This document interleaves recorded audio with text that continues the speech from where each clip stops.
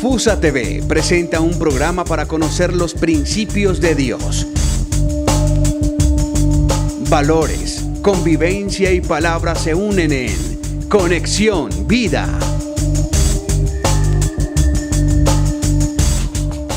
Estamos con todos ustedes nuevamente aquí a través del programa Conexión Vida de FUSA TV. Es un gusto nuevamente saludarles. Esperamos que nos acompañen como siempre con un tema interesante. El padre David Montoya y quien les habla William Díaz, les estaremos acompañando durante estos minutos, por supuesto, para que ustedes también allí desde sus casas también nos acompañen, pueden ir abriendo la Biblia y bueno, hoy estaremos hablando de un tema interesante. Padre David, bienvenido a Conexión Vida. Muchas gracias, William. A todos ustedes, amigos televidentes, reciban un cordial saludo, agradeciéndole a Dios inmensamente por permitirnos llegar a cada uno de sus hogares y bueno, con gran alegría otra vez estar con ustedes y recordemos lo que el Plan Diocesano de Renovación y Evangelización de la Diócesis de Girardot nos han ido invitando este año, insistir en la palabra de Dios. Es importante que ustedes ubiquen en sus hogares la Sagrada Escritura, la tengan en un lugar digno, en un lugar en donde de pronto todos los visitantes, ahorita que ya se acerca ya esta época de vacaciones, que también las personas que los visiten pues encuentren también ese ambiente bonito y propicio del altar de la palabra de Dios. Entonces, con estas palabras pues damos inicio a nuestro programa Conexión Vida. Claro que sí, padre. Hoy vamos a estar hablando sobre los símbolos que encontramos en los evangelistas, ¿no? Entonces va a ser nuestro tema del día de hoy. Recordemos, queridos televidentes, muchos de ustedes de hecho ya nos habían preguntado que cuándo íbamos a hablar en nuestro programa de los símbolos, que sabían que cada evangelista tiene un símbolo que lo identifica. Pues hoy ha llegado la oportunidad de nuestro programa de hablar de cada uno de esos símbolos. Vamos a hacer una mirada rápidamente a la historia de cómo fue que se asociaron estos símbolos a cada uno de los evangelios y también explicaremos brevemente la referencia de cada uno de estos símbolos a cada evangelista. Así es, padre. Bueno, quiero empezar preguntándole, padre, ¿qué importancia se le da precisamente a los símbolos en nuestra Biblia?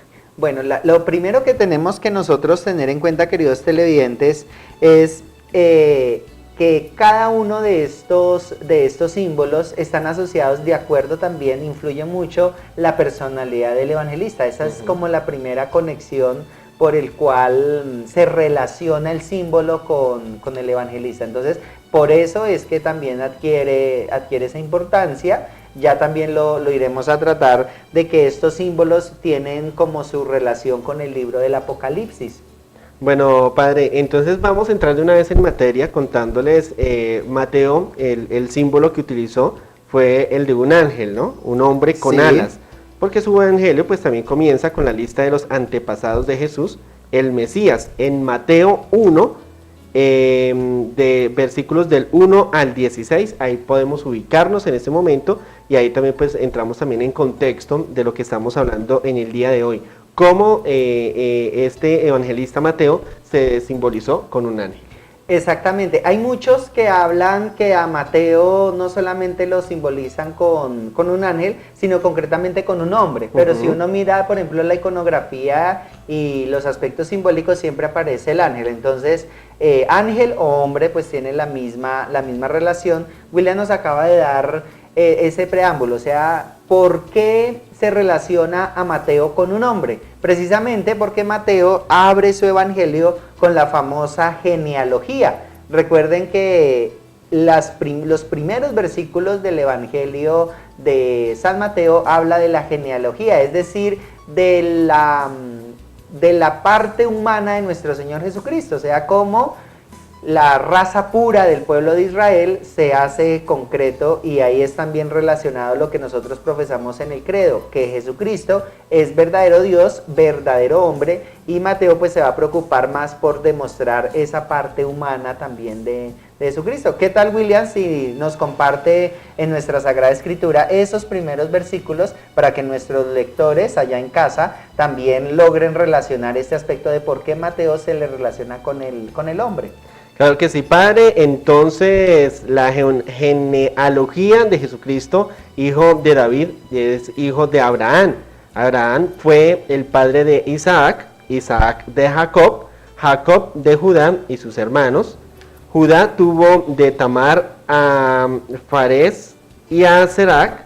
Fares fue padre de Gersón, Hezrón de Arán, Arán de Aminadab, Aminadab de Nazón, Nazón de Salmán, Salmán tuvo de Rahab a Boz, Boz tuvo de Ruth a Obed, Obed fue padre de Jesé y Jesé del rey David.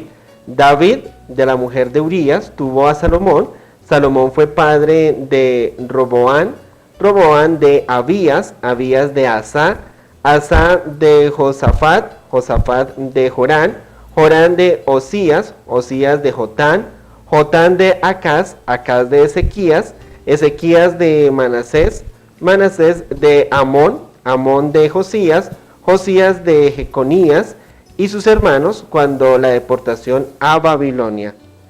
Entonces, esta lista que William nos acabó de mencionar en el Evangelio de San Mateo es de gran importancia, queridos televidentes, precisamente porque encontramos, como ya lo hemos dicho, la genealogía de Jesús. Mateo quiere afirmar que Jesús lleva a su perfección la historia del pueblo, la historia del hombre. Esta lista de mensajes tienen 3 periodos de generaciones. Si ustedes continúan, apenas William nos leyó la primera parte, si ustedes continúan la lectura, ustedes se van a encontrar con periodos que se componen de 14 generaciones.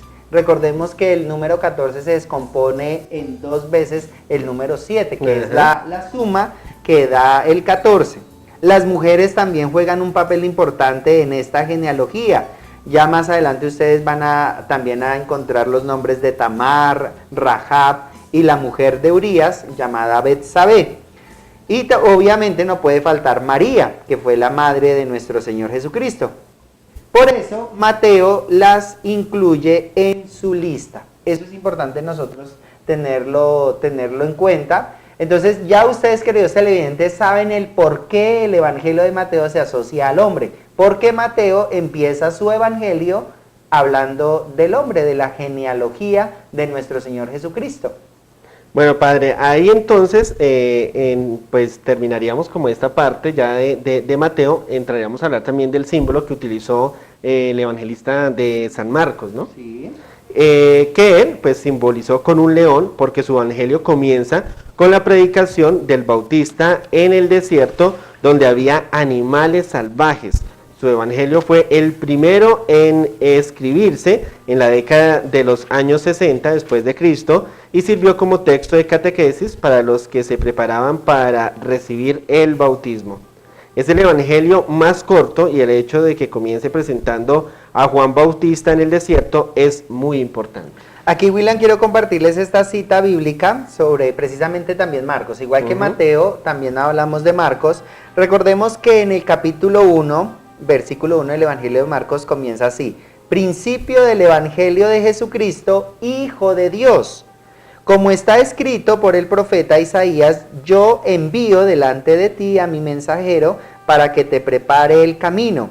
Voz que grita en el desierto, preparad el camino del Señor, allanad sus sendas. Entonces, a este versículo es por el cual también se relaciona, porque el león es el que ruge, ¿verdad? Sí. El que ruge, entonces por esa razón es que colocan a Marcos simbolizado con el león, porque es la voz que ruge.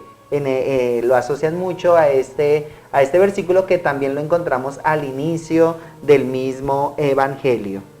Bueno, para el pueblo de la Biblia, el desierto representaba, entre otras cosas, el lugar donde se fraguan los nuevos proyectos. Eso es lo que hizo el pueblo de Dios cuando salió de la esclavitud de Egipto. Juan Bautista se da a conocer en el desierto, lo que pone de manifiesto que está preparando al pueblo para la gran novedad que supone la vida y las prácticas de liberación de Jesús. Partiendo de An 3:8, podemos afirmar que la voz del león simboliza la voz de los profetas que denuncian la violación de los planes de Dios. Esto está, el padre me corrija, Apocalipsis. Apocalipsis. Está en el capítulo 10, versículo 3. Por tanto, Juan Bautista es el profeta que denuncia la injusticia y que apunta a la novedad que aportará Jesús. Entonces, en líneas generales, el león simboliza esa parte profética. Ya ahí también William nos hablaba de la abreviatura AM, que significa Amós, que lo encontramos en el versículo 3.8, en donde se afirma que la voz del león simboliza la voz de los profetas. Eso lo dice Amós en el capítulo 3, versículo 8, para que ustedes en casa también confronten esta cita. Entonces, el león es el que simboliza a los profetas porque denuncia la violación de los planes de Dios. Recordemos que los profetas tienen dos tareas importantes, William, y vale la pena recordar a nuestros amigos televidentes. Por un lado, el profeta es el que predica la palabra de Dios, y por el otro, el profeta es el que con su voz tiene que denunciar las inmoralidades de la sociedad. Esas dos tareas son esenciales en el profeta. Por eso el león, ¿no? Es que es importante nosotros. Yo nomás cuando una vez tuve la oportunidad de ir al zoológico y ruge el león, a uno le da muchísimo, o sea, lo estremece a uno. Entonces, el mismo sentido quieren también cuando se simboliza Marcos con el león, porque es el león que ruge, ¿verdad? Es decir, aquella persona que escuche el Evangelio de Marcos tiene que de cierta manera estremecerse ante esas palabras.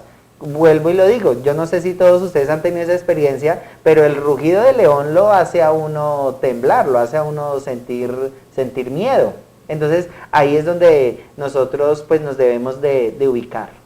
Bueno, nuevamente entonces, para las personas que en este momento están llegando, les contamos que estamos hablando de los símbolos que ha utilizado Mateo. En esta primera parte dijimos que él se simbolizó como un ángel, y luego pues ya tomamos al siguiente evangelista, a Marcos, que era lo que nos estaba comentando el padre, que pues su símbolo fue el del león. Es importante, William, hablar de que son 4, ¿no? Son 4, sí, señor. El número 4, que toma su fundamento en la Sagrada Escritura. 4 son los evangelios. Recordemos, mis hermanos, que nosotros nos decimos ser católicos. El número católico significa universal. Si ustedes se dan cuenta, el número 4 también hace referencia a los 4 puntos cardinales. Entonces, con seguridad que en la segunda parte de nuestro programa vamos a estar citando Apocalipsis, que es donde más se habla de ese número 4. Entonces, para que pues estén atentos y obviamente continúen con nosotros en nuestro programa. Claro que sí, padre, vamos a estar nosotros tratando entonces lo que decía el padre, los evangelistas, en el día de hoy, y vamos a hacer una pausa y ya regresaremos para contarles a todos ustedes más detalles sobre lo que hoy estamos hablando, que tiene que ver con los símbolos en los evangelistas. Ya regresamos a Conexión Vida.